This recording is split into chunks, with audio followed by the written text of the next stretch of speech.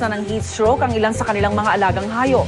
Ang kanilang buwaya hindi na raw umaalis sa ilalim ng tubig. Ang mga malalaking ibon naman matamlay na rin. Isa-isa na rin namamatay ang mga lovebird dahil sa sobrang init.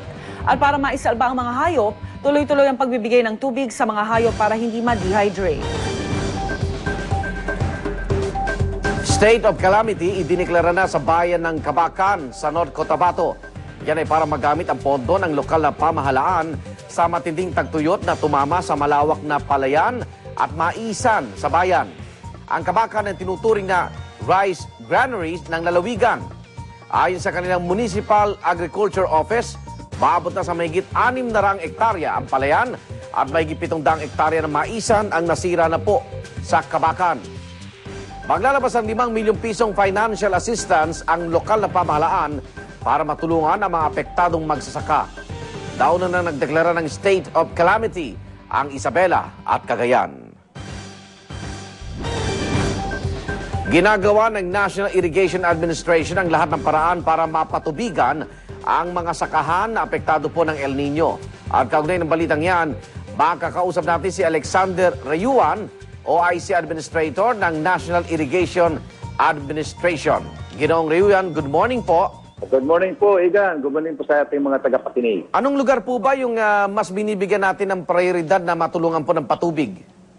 Una po, ang prioridad po namin ngayon ay nakatuon sa Isabela. Ito po yung napapatubigan ng Magat River Integrated Irrigation System. Opo. Kapagkat yun po ating mga dams ay bumababa. Malaki na po ang binaba ng tubig sa kinakailangan. Kaya nga po kami ngayon ay mayroon ng ilalagay na bomba doon sa mismong dam upang mahitid pa yung mga nagtitirang tubig at inaasahan po namin dito hanggat maaari ay tumagal pa ng mga 10 hanggang 15 araw upang masapatan po yung pangailangan ng ating mga palayan doon. Subalit, maski po sa ganito, kaibigan, si Igan, ay talaga pong hindi siguro natin masisave na lahat ng mga palayan doon. Ito po yung mga late planters na sa bandang dulo ng ating sistema ng patubig ay maaaring hindi na po abutin. Okay. Administrator, saan pa rin kayo kukuha ng tubig? Sa dam pa rin? Sa dam pa rin. Meron po tayong natitira pang, itong main dam po natin, ang napapatubigan po natin dyan sa Magat na yan ay 78,000 hectares. Opo. Yung 68,000 hectares ito, meron po tayong dalawang dam, main dam at saka itong Balikatan Dam, itong minor dam sinasabi. Ito pong minor dam na ito, ang elevation po niyan ay 160. Below 160, wala na pong tubig na dumadalo doon sa maliit na reservoir. Opo. So sa kanyang butas o repis. Dito po ang main dam, elevation 150, may tubig pa po yan. Ay ngayon sa may elevation na maliit, kapit na po sa 160, meron pa pong konti kaming nabibigay dyan. Ang gagawin po namin, meron pa natitirang konti sa reservoir, bubumbahin pa po namin, ibabagsak namin doon sa ibaba. Doon pa rin po yun. At kung maubos na po yun, yun po ang ating problema. Pero ginagawa po natin ng paraan na tumagal lamang po ng 15 araw, malaki po ang masisave natin doon sa napapatubigan ng Magat na yan. So sa natitirang imbak na tubig na yan, aabutin po ng 15 araw, kaya pa po? Gusto po namin paabutin na 10 hanggang 15 araw upang hindi ho malaki ang maging pinsala ng ating palayan. At kung sakaling maubos, may iba-iba pang alternatibong pagkukunan? Bumili na po kami ng mga shallow tube wells.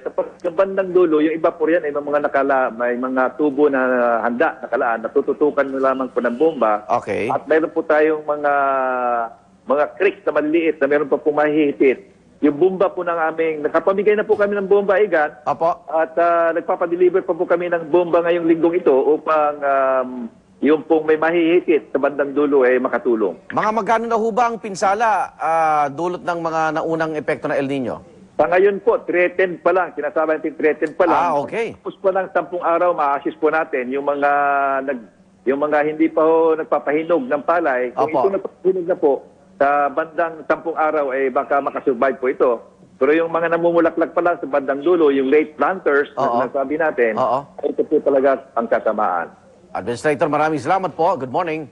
Maraming po salamat, Igan. Alexander Yuan, OIC, Administrator po ng National Irrigation Administration.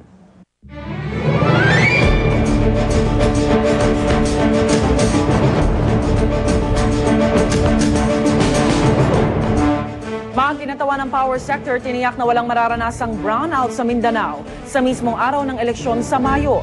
Narito ang report ni Julio Segovia. Walang dudang sinapul ng matinding tagtuyot ang mga hydropower plant sa Mindanao na pangunahing pinagkukunan ng kuryente ng mga taga roon. Kaya hanggang ngayon, tuloy-tuloy pa rin ang hanggang 3 oras na rotating brownout sa ilang bahagi ng Mindanao. Pero pagpapanatag ng mga kinatawan ng power sector sa pagdinig ng Joint Congressional Power Commission, wala raw mararanasang brownout sa Mindanao sa mismong araw ng eleksyon sa Mayo 10. Bukod sa mga sumasaklolong private power generator, patatakbuhin din daw ng napukorang Iligan Diesel Power Plant. Pero di raw ito pwedeng maging pangmatagalan. Mga consumer daw kasi ang tatamaan sa bandang huli dahil tataas ang singil sa kuryente pag patuloy na ginamit ang diesel power plant. It is a temporary solution. We cannot be running these plants because they're very, very expensive. Pero kung mga mambabatas ang tatanungin, di bali nang lumaki ng konti ang mga electric bill basta hindi mangangapa sa dilim ang mga taga Mindanao. Total, handa naman daw magbigay ng subsidy ang gobyerno. Can government subsidize? Yes, as part of emergency provisions under the law. Ang cost naman, if it is good for the people, it should be bearable. Para sa unang balita, Julio Segovia reporting. Commission on Elections o COMELEC tiniyak na pwedeng gamitin ang mga naimprenta ng halos 2 milyong balota para sa Autonomous Region in Muslim Mindanao. Kasunod yan ang protesta ng grupong Kontra Daya na nagsasabing walang NPO security marking ang mga balota. Ay sa COMELEC,